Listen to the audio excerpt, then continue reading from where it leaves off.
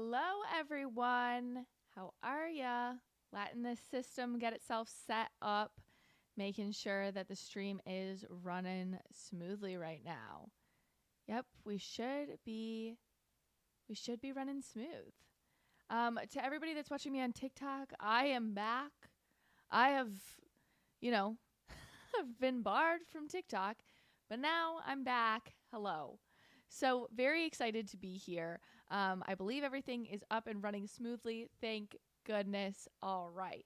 So happy Friday to quite literally all my favorite people on the internet, which is you guys.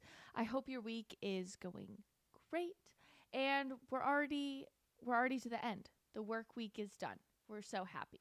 So in case you missed it, fun announcement. This morning it was announced, well, not this morning, 2 mornings ago, it was announced that I joined Turning Point USA as an official contributor. And so blessed, so excited to be working with them. But I just want you guys to know that I'm still going to be turning out content on my personal pages for you guys as well. So don't feel like I'm going anywhere. If you're joining on TikTok, please feel free to come over to YouTube. It is the best experience. And I had somebody come over and hardwire my computer. So the audio should be better. The video experience should be better. Everything should be better. So I'm very happy to be back. But with that being said, now that I have fixed the stream, if you love this stream and you know friends, family members that would love this stream, please don't be selfish, okay? We're not gatekeeping our favorite streams in 2024. So be sure to send them this stream, okay? So again, today is going to be a little bit shorter of a stream as well, closer to like 30 minutes, because I am going to what I think is one of the best things I've ever created, which is called Galentine's Day at the gun range. Everybody wants to feel like sad for themselves as like Galentine's Day girls or whatever. No. We're not feeling sorry for ourselves. We're feeling good for ourselves, okay? And with that being said, I'm going to go shooting at the gun range with my friends. So gonna be a little bit shorter of a stream for that purpose. But here's what we've got on the docket for today. I will waste no more time. Let's talk about Planned Parenthood not believing that virgins exist, according to this really odd YouTube video that they posted. And then there's also this conspiracy theory online. It's very, very funny. People online have created this conspiracy theory about the 2024 Super Bowl, claiming that it's anti-black, and it's very interesting, worth exploring. There's also a transgender person in Canada seeking refugee status because America is apparently too transphobic, and there's just another pronoun meltdown that I want to go over as well, but we'll get into that. Before we get into today's show, though, I do need to let you know that today's show is sponsored by Jace Medical. 2024 is a leap year, and you all need to leap into medical preparedness with Jace Medical. This month, when you purchase a Jace Medical preparedness kit, you can add ibuprofen to your case for just $1. So if you need medical preparedness in case, I don't know, a Chinese lab unleashes a crazy once-in-a-lifetime virus on the world, we should be medically prepared for that. And you'll support the show by doing so. There's a link in the bio with a code as well. Okay, so let's start with this Planned Parenthood craziness, all right? So Planned Parenthood they do this all the time. They put out these kind of like educational style videos on different sexual education subjects. And this time they've put out a video claiming that virginity is completely made up. But their belief that 87 genders exist isn't made up. Right? Crazy. So let's watch this video all together. It's wild. Again, if you are watching on TikTok, head over to YouTube, link in my bio, and we can watch it together. All right. So this video is titled Virginity Doesn't Exist.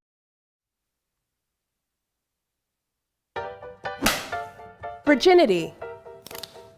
What is it? And what's the big deal about losing it?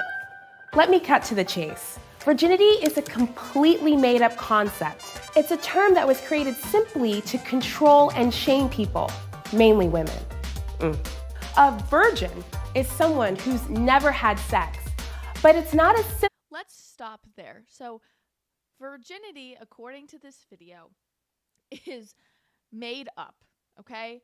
It's It's done, or virginity, I guess, was created as like a form of oppression against women. That's what's being said.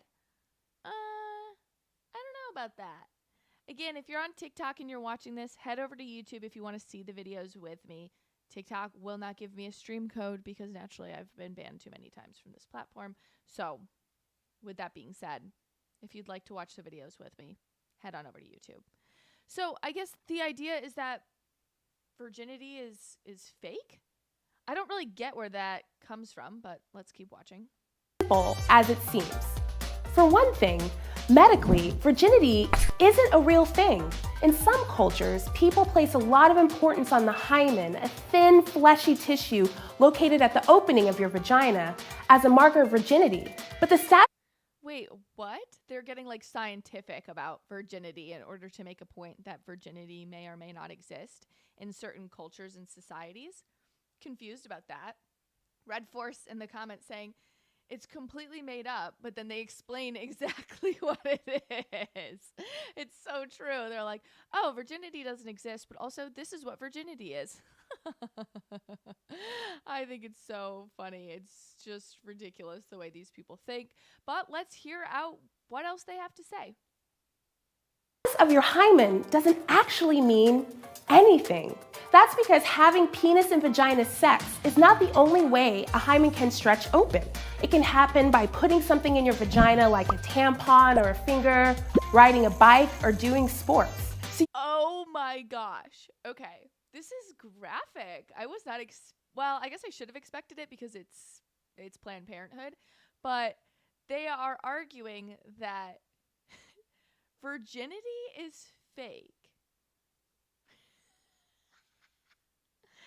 Virginity is fake because if you put a tampon in, that's also akin to losing your virginity.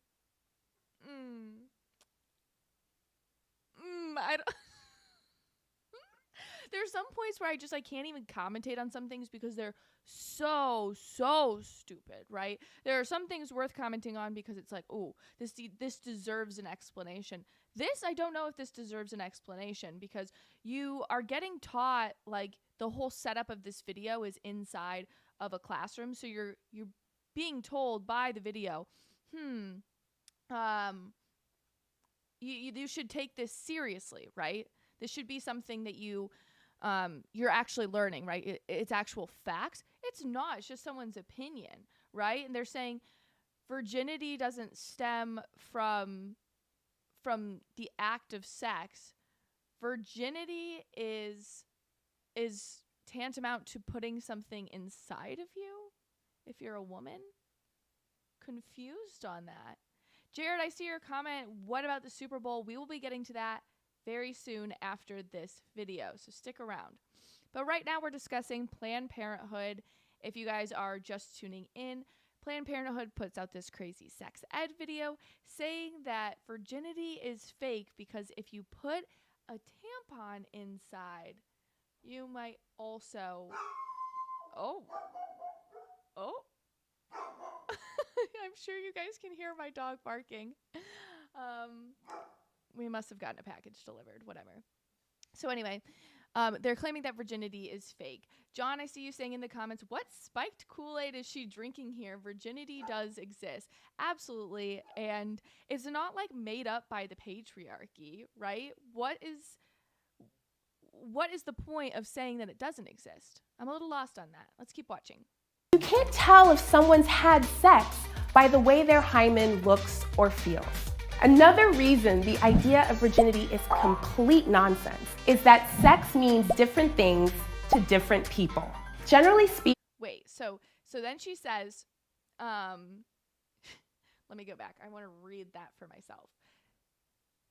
Virginity equals complete nonsense. That is actually what we're seeing on our screen. It's complete nonsense. But that's because sex means different things to different people. Now, I like to think, personally, that there are a lot of things we disagree with about in the world, okay? We can disagree about tax codes. We can disagree about whether or not we should be, how many illegal aliens we should be letting into the country, blah, blah, blah, blah, blah. We can disagree about a lot of things, okay? I have never met a person and disagreed on what the baseline of sex is, ever.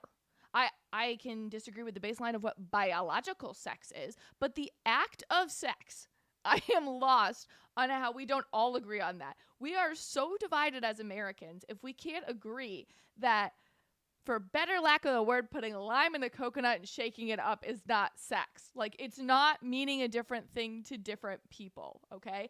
There are different kinds, okay? But, like, how did I get to talking about this? This is absurd. I cannot believe this is a thing. Let's keep watching. Generally speaking, society tends to define sex in a very narrow way. Penetration, penis into vagina. But where does that definition? Because that's what sex is. Like I said, lime in coconut. It's so simple. She's like, there's only one way to describe it. Because there's only one way to describe it. Oh my gosh. Definition leave queer people, or folks who can't or don't have penis and vagina sex, and choose to have oral, anal, or another type of sex instead. And not everyone's first sexual experience is consensual, meaning that they were forced or pressured into having sex. Oh, okay, this is interesting. So she's saying that, do you lose your virginity if you were either pressured or exploited for your first time? Ooh. That's kind of a good question. Are you a virgin if you were assaulted for your first time? Let me know. Let me know in the comments what you guys think. That's a really deep question to be posing on a live stream on a Friday.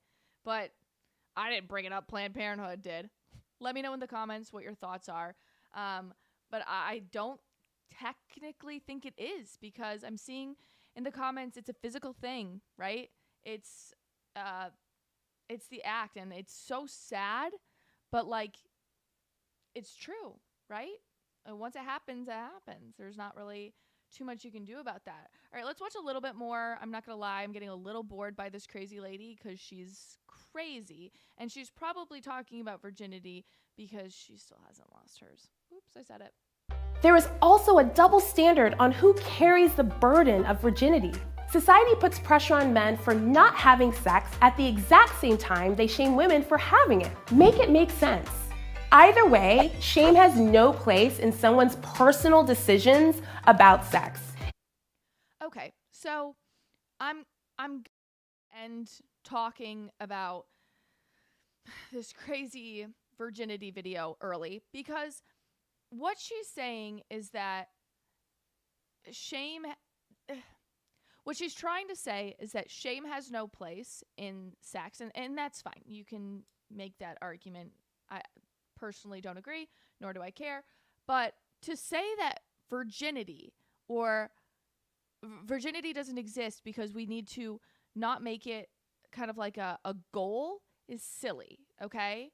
That can be your personal prerogative, but to teach it again, like, remember what this video was placed in, this where it was shot. It was shot in a room that says Sex Ed 101 at the top, okay? So it's being sold as facts, but it's not. It's an opinion.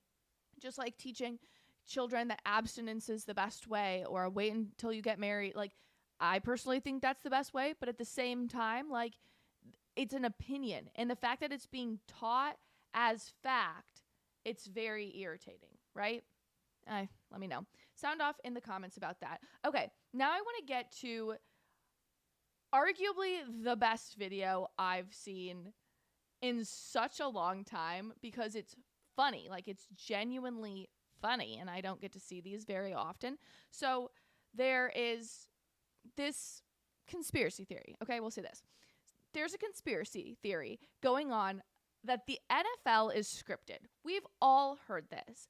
But the new part of the conspiracy theory is that part of the script was keeping out some of the most black teams from the 2024 Super Bowl. So this TikToker describes her theory. And if you want to watch her theory, you can head over to YouTube and get the whole experience if you're watching on TikTok.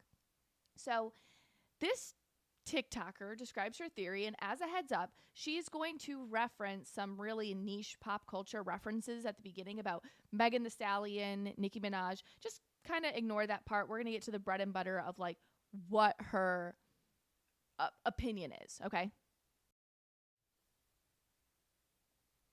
Ladies and gents and all those in between, we interrupt your Megan and Nicki beef, and by Megan and Nicki beef, I mean Nicki spiraling into what can only be described as a cracked out descent into Dante's fifth circle of hell, to bring you this breaking news. The NFL has committed one of the most atrocious hate crimes ever to happen in the history of hate crimes. Okay, so let's just stop right there for a second. The NFL has created the history, or the biggest hate crime in all of history. What could that possibly be? Now, there were a few things when I first saw this. I'm like, I don't know. Like, did they get rid of those like cringy end racism signs at the end of the end zones? Did they stop doing the Black national anthem? No, all of those things are still happening. Listen to this. It's so funny.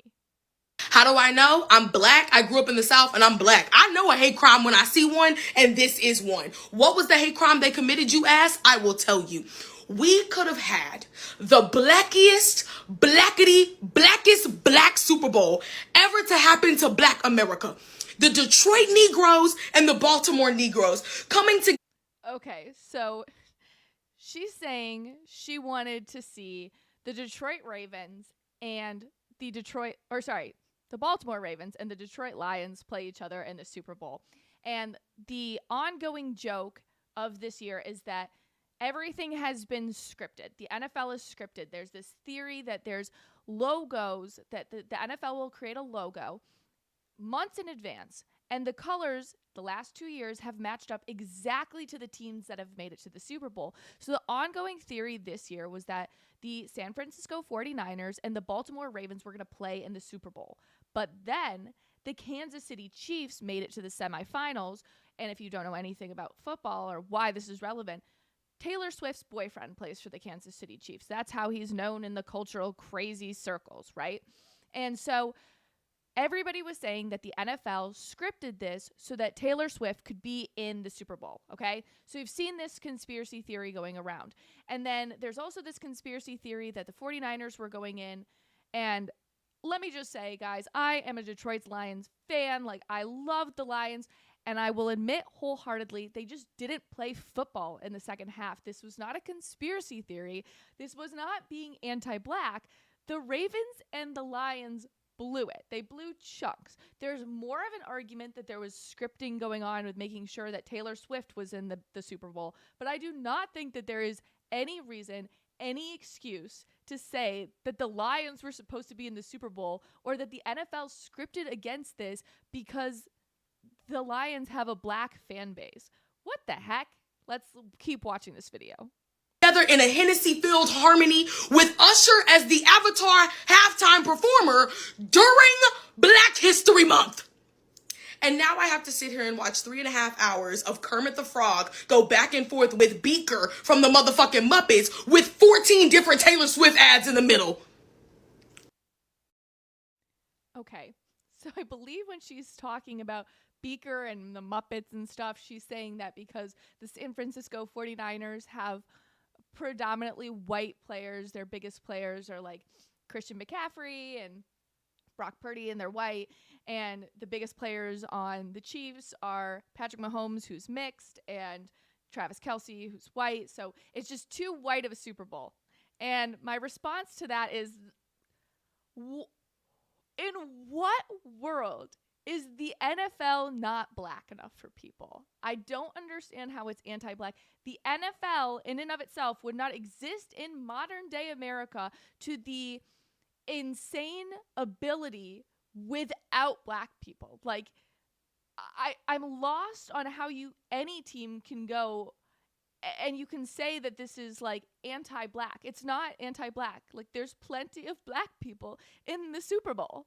But let's hear your comments. If you guys have comments, drop them in the chat. But this comment stood out to me as particularly funny. It said, the first thing my dad said was they didn't want the brothers in the Super Bowl together. So this is like a real thing. This is a real thing that like people don't believe that the Chiefs and the 49ers are black enough. I'm lost. I'm lost. How is that a thing? I mean, for real. I'm seeing in TikTok that somebody says, I'm a KC fan from Nashville, Tennessee. What up, Nashville people? And that both teams are 80% black. Yes, both teams are majority black. And yet somehow this is not good enough for the conspiracy theorists online.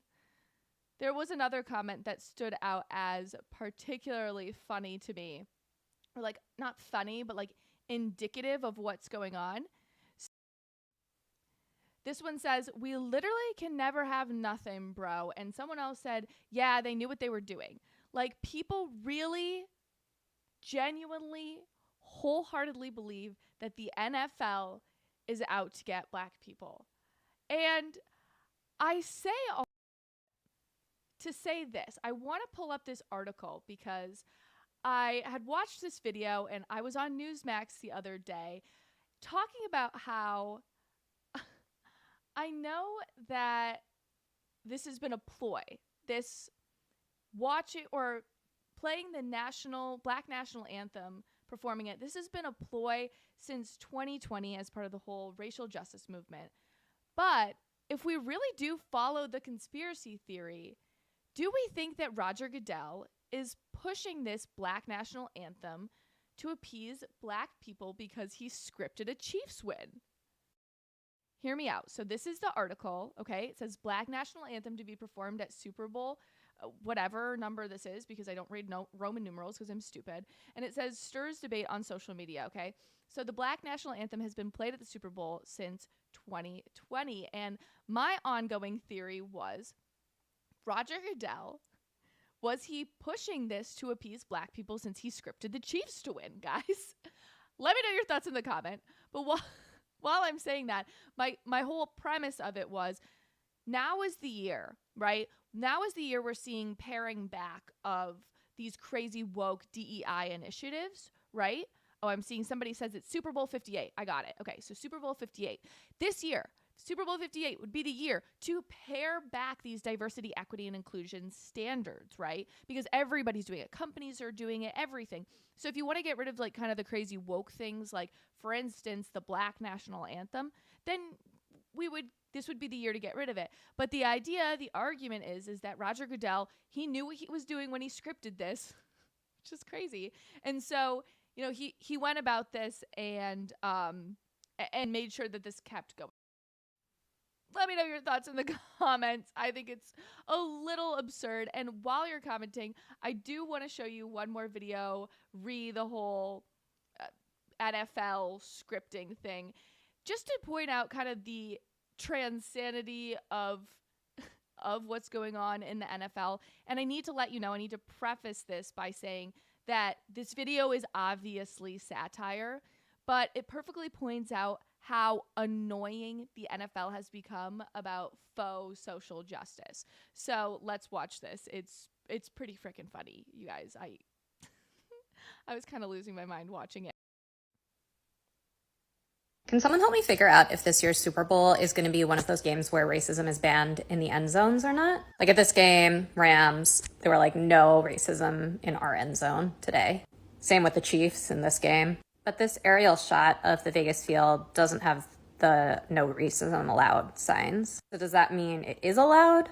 Don't worry, I'm not crazy. I understand that in the middle of the field, racism is always allowed, but it's in the end zones where it's not. Okay, so if you don't watch the NFL regularly enough, a lot of these teams have signs that say end racism in the end zone.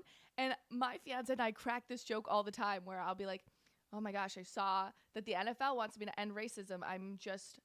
I'm not going to be racist today. Like, I was never going to be racist anyway. I don't understand, like, why they think putting this in the end zone is going to really help people or have an impact on people. It's so freaking funny. But what she's saying is that she believes, oh, well, obviously the NFL is only racist in the middle of the field and not in the end of the field, which is just so freaking funny. again, if you're watching this on TikTok and you want to see the videos, be sure to head over to YouTube. We are going to be ending the TikTok stream very soon because we're going to be talking about issues of transgenderism, and that constantly gets us banned. So if you want to, keep watching this, keep joining the stream, head over to YouTube or X. Either one works. All right, let's keep watching this video. At some games. But then do the decals on their helmets override what the end zones say? Like, did this decal mean that even if racism was allowed at that game in the end zones, if you were around Kirk Cousins, you couldn't be racist? And then Mahomes' helmet says, "It takes all of us." While not explicitly end racism, I think it's in the same category. So Mahomes can't be racist to anyone. No one can be racist to Mahomes, no matter what the end zones say. But then, like, Nick Bosa doesn't have any of that. So Nick Bosa is allowed to be racist? I just want to make sure I understand the rules so I know what to expect. Can someone help me figure out if this year's Super... Oh, sorry for I just think it's so funny. I just find it to be ridiculous. It's so silly. Let's check in at the comments. John said, "I'm not an NFL fan, but I was paying attention to Detroit this season here. As for the video, I'm laughing my rear end off on how she's describing the teams and how black the games could have been." Like, for real, I know I don't agree with anything she says, but it's funny the way it was described. All of it. Be it the first video, the second video, all of it. Red said, "I don't even care about the Super Bowl. The only football game I care about is the Army-Navy game." Okay, that's fine. And then John also said, "This black national anthem should never exist." I know. I'm really over this whole, like, divisive national anthem things. It bugs me. It really does. Not a fan of it. All right. TikTok, we are ending the stream, so if you would like to watch the rest of this, head over to YouTube or X. I will see you guys later. All right. Had to just wrap that up because TikTok loves to ban me. So I'm like, okay, well, I'll just do all my trans stuff at the end on YouTube and X. Okay, cool. So let's get into our next story. I kind of got to start rushing through. I didn't realize what time it was. So there's a Colorado transgender woman. Let me pull this up. I want to pull this video up for you guys, article up for you guys. Okay, so there's this Colorado transgender woman who has sought refugee status in Canada by claiming that America is too transphobic for this person to live in. So let me show you a picture of this person. This person is named Daria Bloodworth, and Daria was granted refugee status in October of 2022 because this person's roommate was allegedly engaged in stalking behaviors. So Daria believes he's a woman and then sought refugee status in Canada because America is just so transphobic. Because apparently studying biology is akin to transphobia. Okay? But the interesting part about Daria here is that he had appealed his case to an appeals court in Canada, and that appeals court has revoked Daria's refugee status because, well, let's be honest. You don't have to move to Canada to get away from your crazy roommate, right? So this person is claiming, also, there's another part of this. Also, let's look at this shirt. Someone assigned me a gender at birth and I'm still mad about it. Oh my gosh, someone's letting you come back into the US and I'm still mad about it. But this person has also claimed that a debt collection agency is threatening violence, and that's another reason this person needed to be in Canada. This dude, like, wasn't paying his bills, and now he's trying to seek refugee status. What in the frickin' world? Red, this is such a funny comment. He said, "Who the hell is going to stalk that?" It's so funny.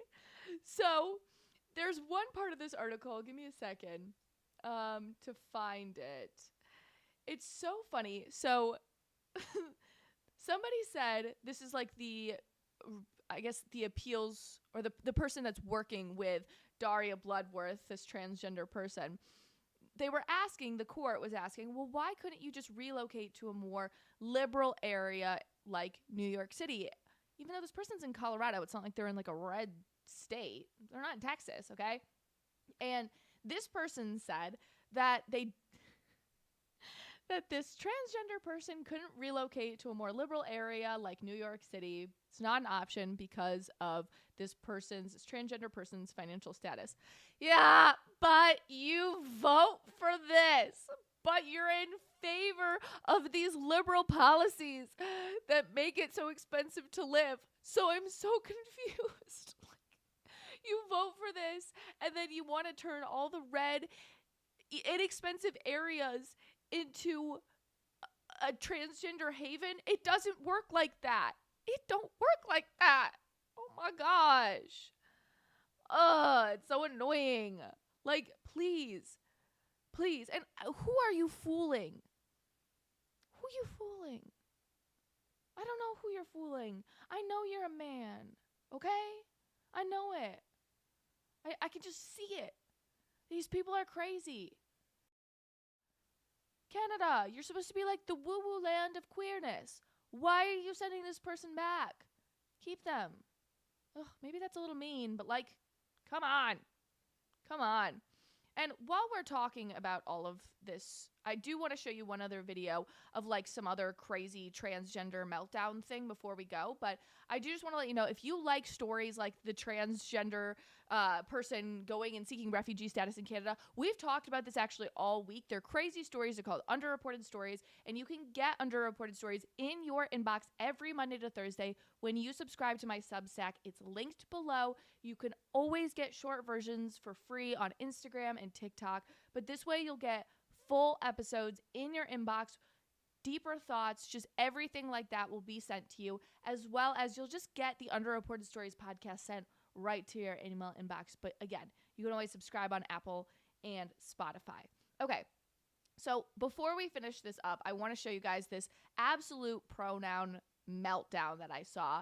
There's a transgender person out there putting out this PSA style video claiming that a hospital is transphobic and that no other queer people should go to this hospital. Let's watch.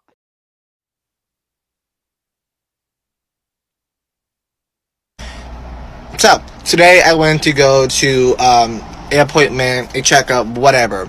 So, me thinking, like, hey, like, I already had conversations with them. Let's hope that they have they listen and learn their lesson, and they respect my pronouns.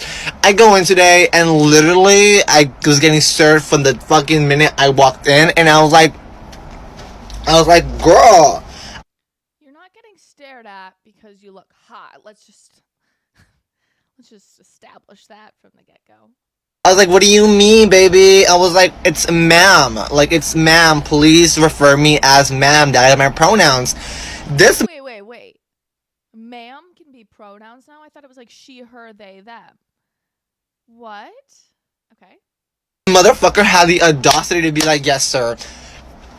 I was like, I'm like, are you fucking dumb? I was like, I literally just told you that I go by she, her pronouns. No, you literally said you go by ma'am pronouns.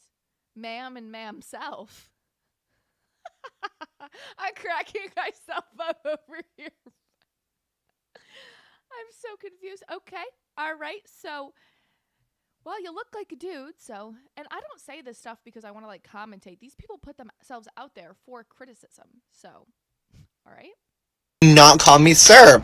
And then from there, he's like, okay, my bad. And then by the time we're like finished up, he's like, okay, brother. Are you fucking serious? Advantage Help is literally the most transphobic fucking place ever. Literally, I literally sent out a complaint, and then all they told me was like, oh, well, your name is not legally changed, or you haven't like legally changed your sex yet, so we're just referring you by what we have. And I was like, it doesn't matter if I didn't legally change my fucking sex or legally change my name. This is who I am. These are my pronouns. This is how I identify. Okay. Well, I'm done with that woo-woo because that's crazy. I have some comments I definitely want to pull up and show you guys. But I have to say, you can't expect people to respect your pronouns when you don't do anything to like showcase that you've made an effort to change, right? This is a biological man who still looks like a biological man, hence why people call him sir and dude and not ma'am and she, her, and blah, blah, blah, blah. When you are so androgynous to the point that it's just, I can't tell what you are, people just like, they have a gut sense about it. They know what it is. And we're not going to change our vernacular, our vocabulary for your delusions. Okay. I loved this comment. It's from Bruce Bain and it reads, "It takes balls to make a video like this." It's so good. Yep, we're cheering you on. We're so supportive. It takes balls. It takes balls to understand what this person has gone through. I couldn't stop laughing when I saw that one. Oh, there's some other ones. This is a good comment from Paul. Ooh, how do I say that last name? How would you guys say this last name? Sizipula? I don't know. I'll just read it. This guy is clearly a guy. I could tell before even hearing his voice by his Adam's apple. There's no such thing as being misgendered anyway, so this is all just more nonsense. The real issue is that this man with gender dysphoria is not getting the help his mental illness needs. Of course, like he is at an event where he should be able to get help. You're going to a hospital, get some help. And it's just, it's not being offered. Instead, we're offering up more help to people's delusions. Quite frankly, it's sad. I find it really sad. Like, I don't, like, it's funny. Some of this is really funny when people get so delusional.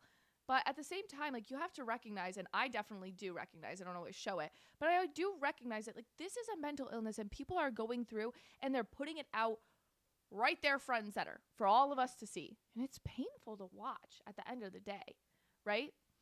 But this is another point, like, at the same time, it's not just picking on transgender people. There are, like, regular girls who go through mental breakdowns all over social media, and it's embarrassing as well. So it's not just akin to one type of person. But this one, the middle-aged baby says, "This is like someone dressed as a dog going to the vet and being mad the vet treated them like a human." Absolutely. I see quite literally no difference. We would not, no vet in their right mind would treat a human like a dog. Yet when we go to the doctors nowadays and you purport to be a biological man that identifies as a woman, you will get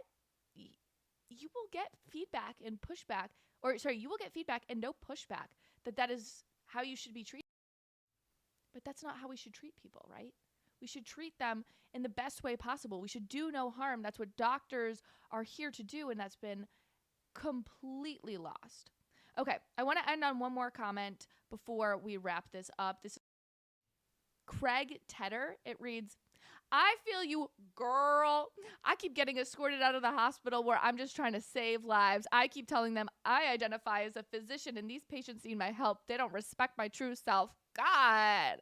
Mom." Oh my gosh, I just thought this is so perfectly written, like mocking the mannerisms in which this person was talking, the hair flips. Like, it's so over the top. It's so overcompensating. Y'all know I am a all woman, and you do not see me sitting here going like this the whole time with like the big tarantula eyelashes being so obnoxious. Like, that is so over the top. It's done as just cosplaying. It's part of cosplaying. And I think this is so funny what Craig is pointing out, that like, I just wanted to save lives. I wanted to do a good thing. I wanted to pretend to be a physician. These patients need my help. Like, I just want to be my true self, and my true self identifies as a physician that went to medical school. No, it's not how it works. Some people just need a fresh dose of reality, right? All right, let's read the comments before we head out of here. Red, I saw your comment about our previous underreported story saying, oh, he goes to Canada seeking asylum. Canada says, "Get the F out." I've never been so proud of my homeland, but also I don't want him coming back to America. Anyway, John, I saw you saying you loved that Bruce Bain comment. That had me in a chokehold. I was dying laughing. And yeah, I see all your comments. They're amazing. Like I said, sorry to cut this short. I do have to get going. I'm going to go shooting at the range. I'll be sure to take some videos, post them on Instagram. If you don't already follow me on all the social media links below, be sure to subscribe. Go check out the Underreported Stories podcast. It's another 35 minutes of listening to my wonderful voice if you'd like to do that. Be sure to like, subscribe, and comment on your way out. I really appreciate you guys. Have a great weekend.